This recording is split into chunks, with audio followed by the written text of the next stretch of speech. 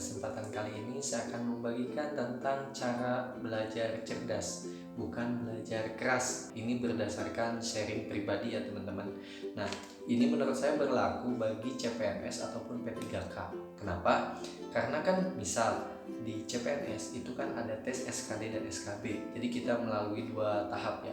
Nah, sedangkan kalau P3K itu kan hanya satu kali tes gitu, dan itu ada semuanya, entah itu uji kompetensi teknisnya, entah kompetensi manajerial, kompetensi sosiokultural, dan juga kompetensi wawancara. Nah, misal di bagian kompetensi teknis itu hampir sama soalnya dengan kalau CPNS itu SKB. Nah, supaya teman-teman lebih paham mana sih yang agak sama gitu antara soal CPNS dan dan P3K itu. Nah, teman-teman boleh cek saja link di deskripsi, saya akan sertakan gitu. Jadi supaya teman-teman juga yang sebelumnya mengikuti CPNS kemudian tahun ini mau mengikuti P3K, nah ada beberapa yang sama gitu ya, seperti tadi SKB itu hampir sama dengan kompetensi teknis kalau di P3K gitu. Nah, penjelasan yang lainnya itu ada di video yang saya sertakan di deskripsi seperti itu. Nah, kemudian mengenai belajar cerdas, itu saya ingin menerapkan kepada teman-teman itu bukan hanya teman-teman bisa menjawab soal, tapi sudah terbiasa. Nah, sehingga ini tentu tidak hanya berlaku bagi teman-teman yang kita katakan pintar gitu, atau mungkin IQ-nya 99 100 gitu, ataupun 1000 gitu. Nah, itu nggak berlaku gitu. Karena di sini teman-teman setidaknya sudah meluangkan waktu lebih lama untuk belajar, atau kita katakanlah persiapan gitu kan. Karena sebenarnya yang menjadi tesnya saja, saya kasih contoh misal di bagian CPNS ya, yang SKD, TIU tentang hitung-hitungan, itu kan sebenarnya hitung-hitungannya juga logika ya, walaupun memang itu adalah soal entah itu SMP ya sama SMA gitu, tapi itu adalah soal-soal hitungan logika gitu. Di sini teman-teman untuk membuat kita terbiasa gitu kan, artinya kita butuh konsisten. Nah, makanya di sini saya menerapkan belajar ya, kalau teman-teman punya lebih banyak waktu silakan gitu, tapi buat teman-teman yang baru bekerja mungkin untuk pengalaman saya menggunakan metode 6 bulan teman-teman, di mana 6 bulan itu saya bagi beberapa bulan. Misal 2 bulannya itu saya lakukan dengan belajar TIU, karena TIU atau hitung-hitungan itu bagi saya bukan hal yang asing, tapi memang sudah sangat kita tinggalkan sekali gitu dari semenjak kita SMA sampai kuliah gitu. Kuliah pun ya kalau perawat hanya menghitung dosis obat gitu kan, menghitung tetesan infus gitu. Yang namanya matematika logika gitu kan, matematika dasar itu kan sudah tidak kita pelajari, sehingga saya memutuskan untuk 2 bulan pertama saya itu belajar tentang TIU atau tentang hitung-hitungan. Nah, dan di TIU pun kan sebenarnya banyak yang di dalamnya itu. Ada verbal, ada numerik, ada kemudian figural gitu. Misal saya ingin belajar dulu figural, minggu ini saya ingin belajar figural. Nah, di minggu ini saya belajar 2 kali saja, yaitu di hari Rabu dan hari Minggu. Ya, ini tidak usah kaku ya teman-teman, silakan sesuaikan. Yang penting misal seminggu itu 2-3 kali belajar. Setiap kali belajar saya itu meluangkan waktu sekitar 1-2 jam. Sumbernya dari mana? Nah, kalau saran saya, teman-teman boleh langsung mengikuti yang namanya bimbel online yang berbayar, tapi kalau saya hanya belajar di YouTube. Nah, terkait TIU ini kan ada banyak bentuk soal ya, istilahnya ada banyak rumus. Nah, ketika ada rumus yang berbeda atau ketika ada bentuk soal yang berbeda, itu saya catat teman-teman. Kenapa saya catat?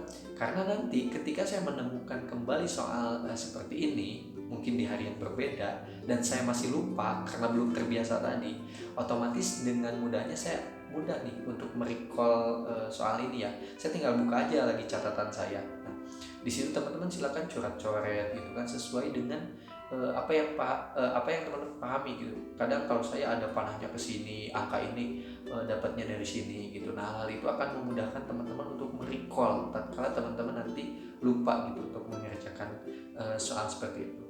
Nah, kemudian setelah teman-teman terbiasa gitu kan selama 2 bulan dan ada rangkuman terkait penyelesaian soal, nah teman-teman boleh tuh baru 2 bulan kemudian teman-teman lanjut ke poin yang lain. Misal kalau saya lanjut ke TWK, karena TWK itu walaupun misalnya kita kita sudah belajar nih, kadang kita suka masih terkecoh. Beda halnya dengan TIU atau matematika.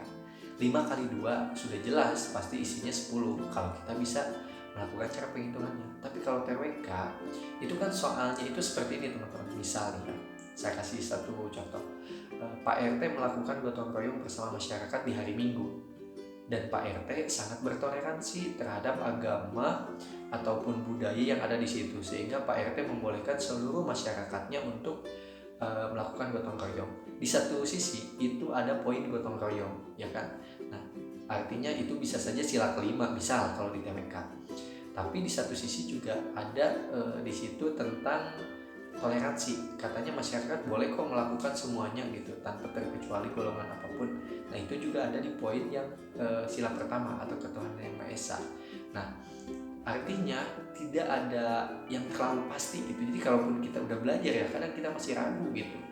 Nah, kalau TIU ya kalau kita bisa hitungan 5 kali 2 10 ya nggak akan salah gitu. Itunya jawabannya gitu. Nah, makanya kenapa di awal saya prioritaskan terlebih dahulu TIU, baru kita prioritaskan TWK gitu. Nah, TWK juga sama teman-teman. TWK juga banyak kan di dalamnya, ada Pancasila, ada patriotisme, ada nasionalisme. Nah, teman-teman harus tahu dulu hal-hal semacam itu. Ketika teman-teman sudah tahu, nah barulah teman-teman lebih mengulik ke bagian soalnya. Ya kalau TWK sih tergantung teman-teman ya. Kalau saya karena malas nulis, jadi saya cuma screenshot aja. Jadi kayak misal kalau patriotisme contoh soalnya seperti ini, nasionalisme nanti contoh soalnya seperti ini. Nah kalau di TWK itu metode pencatatannya nggak ditulis. Kalau saya di screenshot aja karena kebetulan saya membuka YouTube-nya kan di handphone gitu. Itu sebagai bahan ajaran. Jadi intinya tetap teman-teman bikin rangkuman gitu. Nah kemudian di bulan kelima, berarti 2 bulan TIU, 2 bulan TWK, ya 1 bulan itu TKP. Kenapa TKP saya hanya anggarkan 1 bulan? Karena TKP itu menurut saya kan itu hanya memang itu ala opini ya teman-teman. Tapi kan dalam cara pengisiannya juga harus sama, karena di situ kan poinnya juga gede kan. Kalau yang paling benar kan poin 5 gitu kan. Kalau yang biasa-biasa 4, yang biasa banget 3 gitu kan, istilahnya kayak gitu. Jadi selalu akan ada poinnya. Nah, satu itu selalu akan ada poinnya.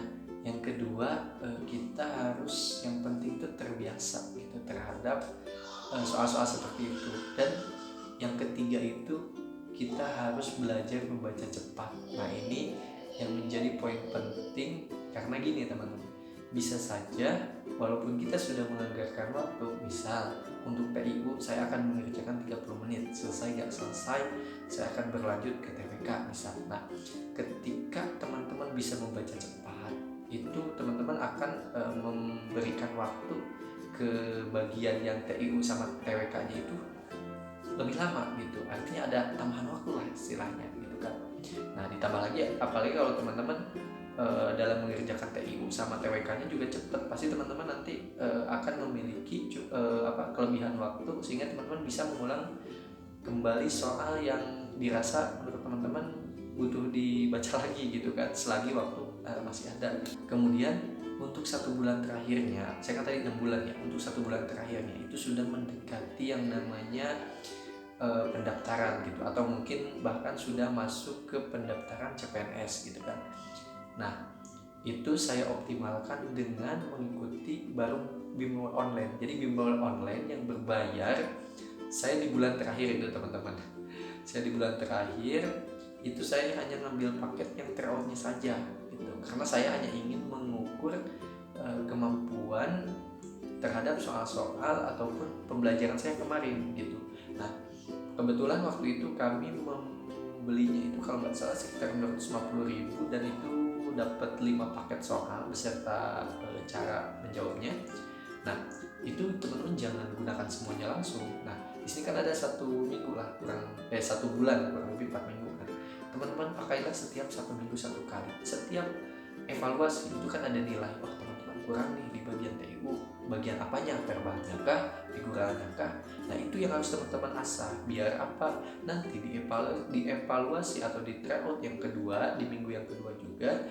Nah teman-teman ukur kembali berapa sih, apalagi sih yang kurang gitu kan. Nanti kan nilainya keluar lagi nih, di sini kurang. Ya teman-teman terus asah sampai ke mau hari H. Dan saya sarankan untuk hari H, teman-teman jaga kesehatan, jangan terlalu banyak berpikir. Persyaratan entah itu mau pensil, mau penghapus, mau cetak kartu peserta, lakukan minimal H-3 sampai H-5. Jangan terlalu mepet. Dikhawatirkan entah printernya nggak ada, entah tukang fotokopinya tutup, kan kita nggak pernah tahu. Makanya persiapkanlah masalah-masalah teknis kecil seperti itu. Apalagi kalau ini udah terkait baju, celana gitu, bahkan sepatu gitu.